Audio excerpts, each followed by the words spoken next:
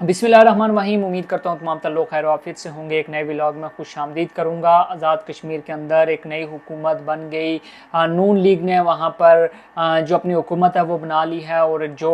वज़ीर-ए-आज़म आज़ाद कश्मीर है, नौ मुंतखब वज़ीर-ए-आज़म आज़ाद कश्मीर बैरिस्टर इफ्तिखार गिलानी, उन्होंने अपने ओहदे का जो हेल्फ है वो भी उठा लिया है। अब उनकी ज़ाहिर-सी बात है काबीना की तश्कील होगी, लेकिन एज़ पर कमिटमेंट जो नून लीग की मरकज़ी क़यादत है वो इससे पहले भी कहती रही है कि जैसे ही हमारी हुकूमत बन जाएगी हम जम्मू कश्मीर जॉइंट अवामी एक्शन कमेटी वाला जो एक मसला है उसको हल करेंगे, उसको टैकल करेंगे। अब जाहिर सी बात है यहाँ पर उनके पास दो ही ऑप्शन है, या फिर उनके साथ मुज़ाकरात किए जाएँ, या फिर वहाँ पर उनके ऊपर जो है वो ताकत का इस्तेमाल किया जाए और उनका जो धरना है, जो उनने रास्ते बंद किए हुए हैं, उनको जो है वो खुलवाया जाए और तमाम तर जो ज़िंदगी है उसको रवान दवा करवाया जाए। तो मेरे ख्याल में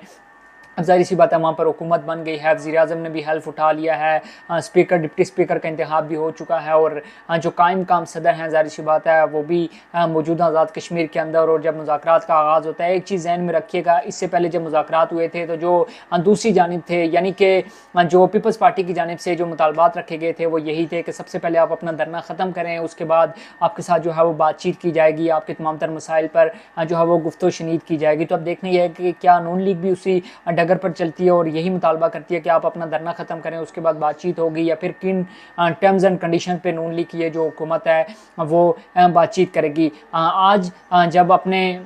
उहदे का हल्फ उठाया वज़ीर-ए-आज़म आज़ाद कश्मीर ने, तो उनकी जानिब से ये वाज़ेह ऐलान किया गया कि मिलजुल कर जो है वो काम किया जाएगा, और मरीम नवाज़ का जो एक रोड मैप है उसको आज़ाद कश्मीर के अंदर इंप्लीमेंट किया जाएगा। साथ ही साथ उन्होंने अपनी मरकज़ी क़यादत का शुक्रिया भी अदा किया। मैं यहाँ पर समझता हूँ कि जो वज़ीर-ए-आज़म आज़ाद कश्मीर हैं बैरिस्टर इफ्तिखार गिलानी, उनके लिए सबसे बड़ा चैलेंज, बाकी चीज़ें तो होंगी, ज़ाहिर सी बात है अवामी एक्शन कमेटी भी होगी, मसाइल भी होंगे, लेकिन जो उनके पार्टी के अंदर एक इख्तलाफ उनके बनने से पैदा हुआ है, मेरे ख्याल में सबसे बड़ा चैलेंज के लिए वही होगा। और देखना ही होगा कि क्या बैरिस्टर इफ्तिखार गिलानी जो है वो अपनी जो अंदरूनी जो इख्तलाफात हैं उनको कम करने में, उनको ख़त्म करने में कोई किरदार अदा कर पाएंगे, या फिर हम जैसे अब्दुल कयूम नियाज़ी खान साहब के ख़िलाफ़ जो है वो एक तहरीक अदम एतमाद उनकी पार्टी के अंदर से ही आई थी, तो क्या इस तरह की कोई तहरीक अदम एतमाद उनके ख़िलाफ़ 6 माह या साल के बाद लाई जा सकती है? क्या वो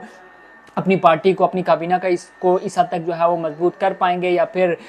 6 माह या साल के बाद उनको भी जो है वो रुखसत कर दिया जाएगा? और इससे पहले जब 2021 के अंदर इलेक्शन हुए थे तो 4 बार वज़ीर-ए-आज़म तब्दील हुआ था, तो क्या हमें फिर वही जो रिकैप है या जो एक इमेज 2021 से 26 तक देखा वही हम 26 से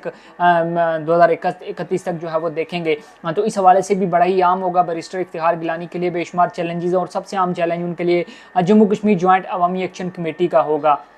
साथ ही साथ अगर मैं आपको बताऊं तो जो शाह गुलाम कादिर साहब हैं, नून लीग आज़ाद कश्मीर के सदर, अब उनके मुस्तकबिल के हवाले से भी जो है वो ख़बरें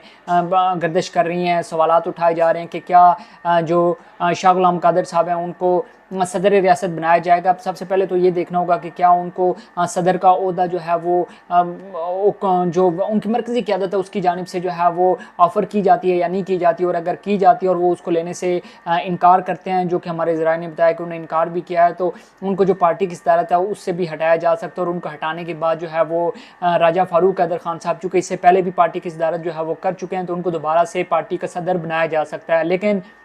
यहाँ पर मैं आपको एक चीज़ बता दूं कि शाह गुलाम कादिर साहब ने 2021 के अंदर जब पार्टी की बागडोर संभाली थी, तो उस वक्त जो इलेक्शन हुए थे आपको याद होगा, तो नून लीग ने चंद एक नशिस्तें जो हैं वो वहाँ पे हासिल की थी। नून लीग टूट फूट का जो है वो शिकार थी। नून लीग की कोई इतनी ज़्यादा मकबूलियत भी नहीं थी, लेकिन शाह गुलाम कादिर साहब ने जिस तरह अपना एक किरदार अदा करते हुए वहाँ पर नून लीग को यकजा किया, नून लीग को यूनिटी उसको दिलाने में जो अपना किरदार अदा किया, मेरे ख्याल में बड़ा ही आम होगा। और देखना यह कि क्या शाह गुलाम कादिर साहब, चूँकि उन्होंने आज जो बैरिस्टर इफ्तिखार गिलानी है उनकी नॉमिनेशन में जो एक असम्बली इजलास बुलाया गया था उसमें शिरकत नहीं की, अपना वोट भी नहीं दिया, तो क्या आप मरकज़ी क़यादत उनको कुछ शो का नोटिस जारी करती है पार्टी डिसिप्लिन के खिलाफ वर्जी करने पर, या फिर उनको जो है वो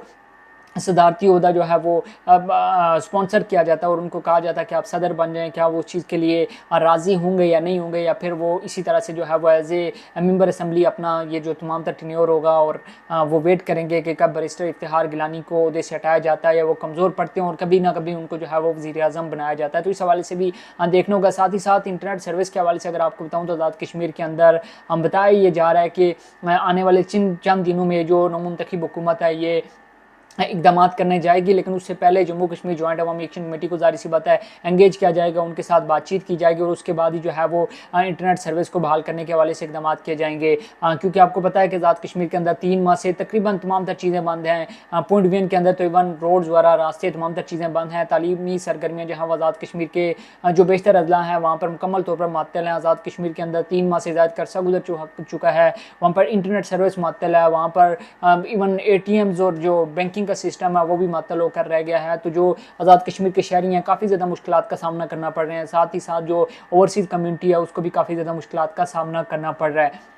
तो यहाँ पर ज़ाहिर सी बात है बैरिस्टर इफ्तिखार गिलानी उनके लिए 3 से 4 चैलेंजेस हो गए। अवामी एक्शन कमेटी उनके लिए सबसे बड़ा चैलेंज होगी, साथ ही साथ जो उनकी पार्टी के अंदर के जो इख्तिलाफात हैं, पार्टी के अंदर की जो लड़ाइयाँ हैं वो भी उनके लिए बड़ा चैलेंज होगा। क्योंकि सीनियर लीडरशिप को इग्नोर करके उनको वज़ीर-ए-आज़म बनाया जा रहा है और उनके हवाले से बताया जा रहा है कि वो इलेक्शन भी हारे हुए हैं, अवामी मैंडेट भी उनके पास नहीं है। 2021 में भी वो इलेक्शन हार गए थे, तो इस हवाले से उनके ऊपर काफ़ी ज़्यादा प्रेशर होगा। और उसके बाद जो अवामी जो मसाइल हैं वो इतने ज़्यादा मसाइल हैं कि जो इससे पहले 6 से 7 माह की हुकूमत थी फैसल मुमताज़ राठौर साहब, जितने ज़्यादा उनने वादे किए हैं तो क्या वो उन वादों को भी पूरा करेंगे या फिर जो है अपना जो है वो एक रोड मैप देंगे, अपनी हुकूमत की एक जो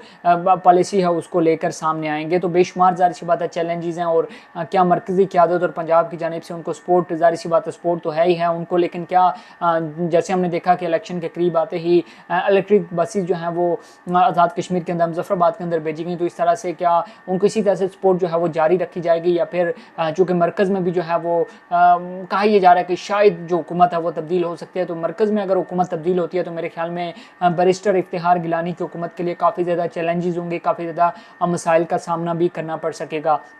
अब यहाँ पर सबसे अहम सवाल ये होगा कि बैरिस्टर इफ्तिखार गिलानी की तकर्री के हवाले से तमाम तर लोग जो हैं वो सवालात उठा रहे हैं कि टेक्नोक्रेट की नशीस पर एक शख्स मुंतखब हुआ, मेंबर असम्बली बना और उसको वज़ीर-ए-आज़म बनाने की ज़रूरत क्या पेश आई। तो अब ये देखने ही है कि वही सवाल का जवाब किस तरह से देखते हैं। अपना बहुत सा ख्याल रखिएगा, मुझे दीजिए इजाज़त, अल्लाह हाफ़िज़।